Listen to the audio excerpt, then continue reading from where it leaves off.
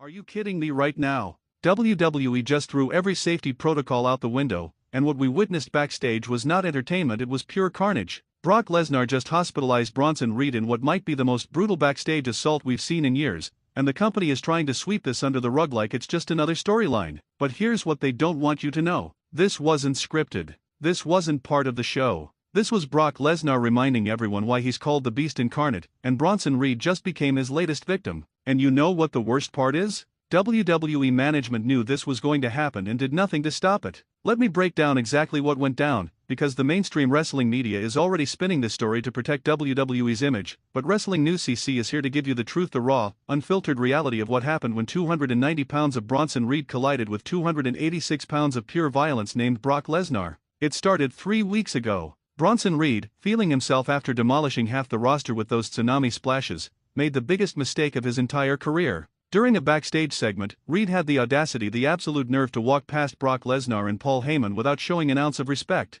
Not a nod. Not a word. Nothing. Just walked by like Brock was some rookie fresh out of NXT. Now, most of you know Brock doesn't need WWE anymore. He shows up when he wants, leaves when he wants, and gets paid more than your favorite wrestler's entire yearly salary for one appearance. Brock Lesnar doesn't need to prove anything to anyone. He's a former UFC heavyweight champion, he's broken The Undertaker's WrestleMania streak, he's ended Hulk Hogan's career, he's conquered John Cena, and he's made Roman Reigns look like an amateur. This is not someone you disrespect unless you have a death wish. But Bronson Reed? He thought he was untouchable. He thought because he's been on this unstoppable rampage, splashing people through tables and putting superstars on the injured list, that he was the new monster of WWE. He actually believed his own hype. And you know what? I don't entirely blame him. WWE built him up as this indestructible force. They had him demolishing legends, taking out multiple opponents at once, making it seem like nobody could stop the tsunami. Here's where it gets interesting. According to multiple sources within WWE, and I'm talking about people who were there, people who saw everything unfold, Brock approached management 2 weeks ago. He told them, and I'm paraphrasing here, that if Reed didn't show him respect, there would be consequences. And what did WWE management do? They laughed it off. They actually thought Brock was working them, cutting a promo, staying in character. They had no idea that Brock was giving them a legitimate warning. Fast forward to last Monday. Gorilla position, right before Raw goes live. Bronson Reed is getting pumped up, doing his pre-match ritual, when Brock Lesnar walks in. Now, everyone in that area immediately felt the tension. You could cut it with a knife. Paul Heyman, who knows Brock better than anyone, immediately tried to steer him away. But Brock wasn't having it. He walked straight up to Reed, got in his face, and according to eyewitnesses, said something along the lines of, "You've got one chance to apologize, or I'm going to remind you what a real monster looks like." And what did Bronson Reed do? This man, and I cannot stress this enough, this man looked Brock Lesnar dead in the eyes and laughed. He actually laughed and said, "Old man, your time is up. This is my era now." Oh, my God. The entire locker room went silent. Producers scrambled. Security got ready. Everyone knew what was about to happen. But before anyone could intervene, Brock just smiled. That terrifying, psychotic smile he gets right before he F5s someone into oblivion. And then he walked away. He just walked away. And that's when everyone should have known something catastrophic was coming. Because that's the thing about Brock Lesnar: when he gets loud, when he gets aggressive immediately, you might survive. But when he goes quiet, when he smiles and walks away, that's when you should be terrified. That's when you know he's planning something that's going to end your career. Thursday afternoon. WWE's production truck. Bronson Reed just finished a pre-tape for SmackDown. He's walking through the backstage area, heading to catering, probably thinking about how he's going to splash someone else through a table this weekend. He's got his headphones on, completely oblivious to his surroundings. And that's when it happened. Brock Lesnar came out of nowhere, and I mean nowhere, like a heat-seeking missile locked onto its target. 1 second Reed is walking, the next second he's being launched through an equipment crate. The sound, multiple people described it as thunder. Just this massive boom that echoed through the entire backstage area. But Brock wasn't done. Oh no, he was just getting started. Reed tried to get up, tried to fight back, but let me tell you something: there's a massive difference between WWE sports entertainment and what Brock Lesnar brings to the table. Brock immediately took Reed down with a double-leg takedown that would make his old UFC coaches proud. We're talking legitimate wrestling, legitimate grappling, the kind of stuff that wins Olympic medals and UFC championships. Then came the suplexes. Not the choreographed, cooperative WWE suplexes. I'm talking about real German suplexes, the kind where you're legitimately being thrown on your head and neck. Witnesses say Brock hit at least 5 consecutive German suplexes, each one more vicious than the last, each one spiking Reed harder into the concrete floor. And here's the thing that nobody is talking about: that floor isn't the ring canvas. There's no give. There's no protection. It's literally concrete covered with thin padding. Every suplex could have broken Reed's neck. Every impact could have ended his career. And Brock knew that. He knew exactly what he was doing. Security finally responded. About 8 guards rushed in to pull Brock off. Want to know what happened? Brock threw them off like they were children. One guard tried to grab Brock's arm and got launched into a production cart. Another tried to get between them and got shoved so hard he slid 15 feet across the floor.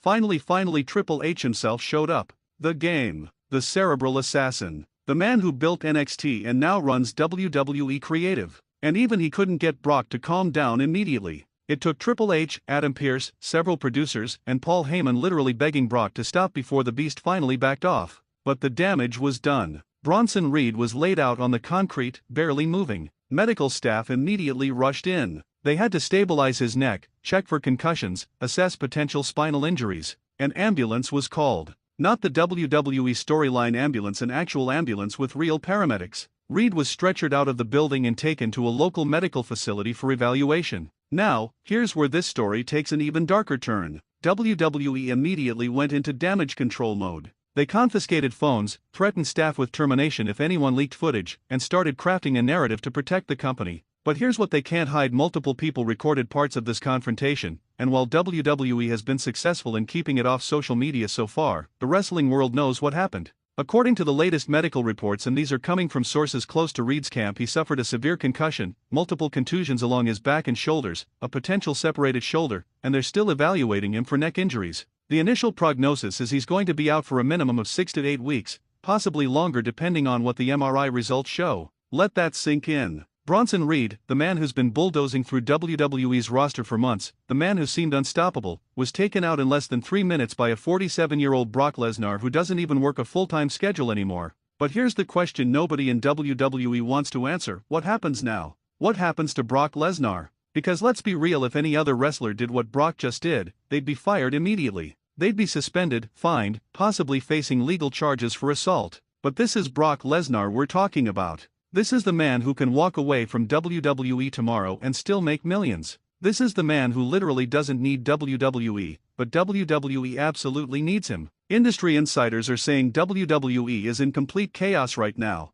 Triple H is reportedly furious not just at Brock, but at the entire situation. He's trying to build a new, safer, more professional WWE, and this incident completely undermines that vision. But at the same time, Brock Lesnar moving forward as an even more dangerous, unpredictable force? That's money. That's ratings. That's WrestleMania main event money. And Paul Heyman? Sources say he's been working overtime, shuttling between Brock and WWE management, trying to smooth things over, trying to figure out how to turn this real-life catastrophe into a storyline that makes everyone money. Because that's what Heyman does: he takes chaos and turns it into gold. There's also talk that several wrestlers are refusing to work with Brock now. And honestly, can you blame them? If you're a WWE superstar and you just watched Brock legitimately injure someone in a backstage fight, are you going to want to step in the ring with him? Are you going to trust that he won't snap and decide to shoot on you too? This is exactly the kind of situation that exposes the reality behind WWE's sports entertainment facade. We all know wrestling is predetermined.